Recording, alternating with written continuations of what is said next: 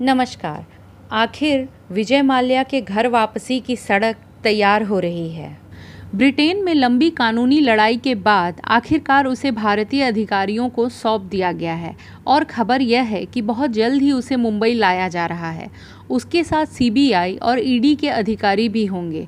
Mumbai airport पर खास तौर पर एक मेडिकल टीम को रवाना किया गया है जो विजय माल्या के आने पर उसकी मेडिकल जांच करेगी। सूत्रों के मुताबिक शुरू में उसे मुंबई में सीबीआई के दफ्तर में बने लॉकअप में रखा जाएगा, बाद में उसे कोर्ट के आगे पेश किया जाएगा। सीबीआई अदालत से विजय माल्या की हिरासत मांगेगी ताकि बैंकों का पैसा गबन करने के मामले में उससे पूछताछ की जा सके। सीबीआई के बाद माल्या को ईडी यानी प्रवर्तन निदेशालय की कस्टडी में भी रहना होगा। ब्रिटेन की कोर्ट को दी जानकारी के अनुसार सीबीआई और ईडी के हिरासत के बाद विजय माल्या को मुंबई की आर्थर रोड जेल में रखा जाएगा। दरअसल माल्या ने अदालती कार्रवाइयों के दौरान कहा था कि भारतीय जेलों की हालत बहुत ख़राब है और उनमें रखना उसके मानवाधिकार का उल्लंघन होगा, जिस पर वहां की अदालत ने जेल के बारे में जानकारी मांगी थी।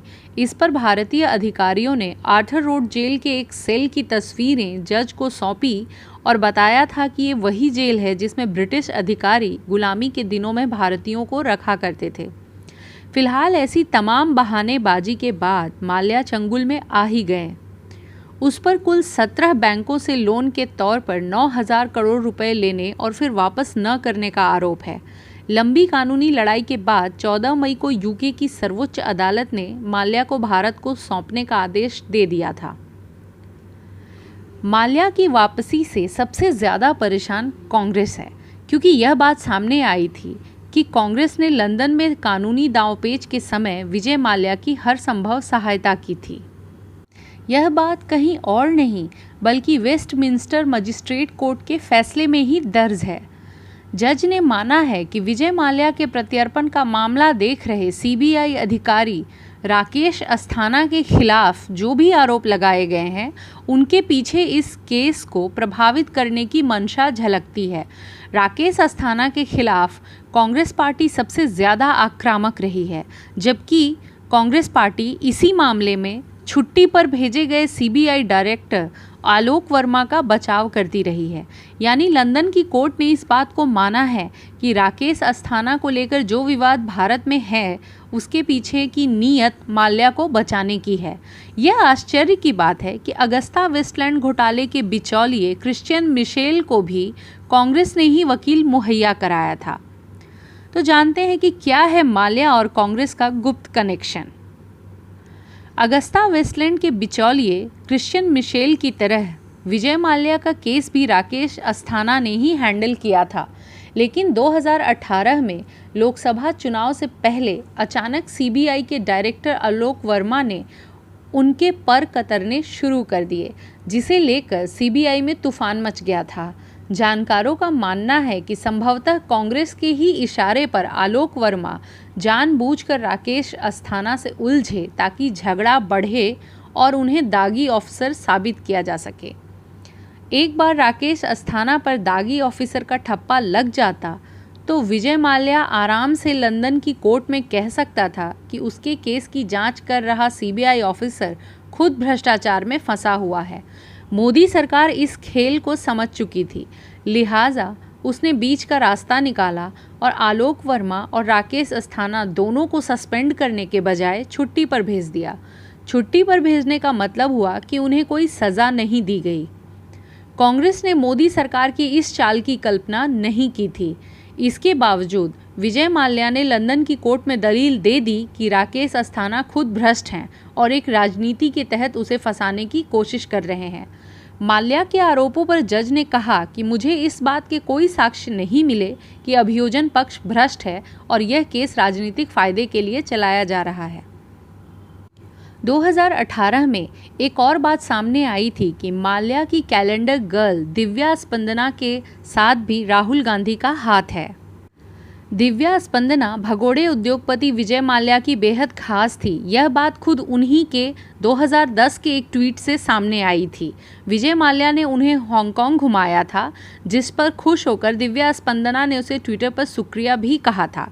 दिव्या स्पंदना 2018 में कांग्रेस पार्टी की सोशल मीडिया टीम की हेड रह चुकी हैं। इससे पहले वो कन्नड़ फिल्मों में हीरोइन भी थी, जहां पर उन्हें रम्या के नाम से जाना जाता था। राहुल गांधी ने खुद उन्हें कांग्रेस पार्टी की सोशल मीडिया हेड के लिए चुना था। विजय माल्या की इतनी करीबी होने के बावजूद दिव्या स्पंदना टीवी की बहसों में आरोप लगाती थी कि बीजेपी की विजय माल्या के साथ साठगांठ है। एक मौके पर उन्होंने विदेश मंत्री सुषमा स्वराज के ट्वीट पर यह भी लिखा था कि पहले ये बताइए कि विजय माल्या और ललित मोदी कहाँ हैं। बाद में यह जानकारी सामने आ गई कि दिव्या स्पंदना भी उन्हीं लोगों में से एक है जिन पर विजय माल्या ने जनता से लूटे पैसों को लुटाया। और राहुल गांधी के इतने करीबी के विजय माल्या से अंतरंग रिश्तों की बात सामने आने के बाद भी कांग्रेस की प्रतिक्रिया सामने नहीं आई।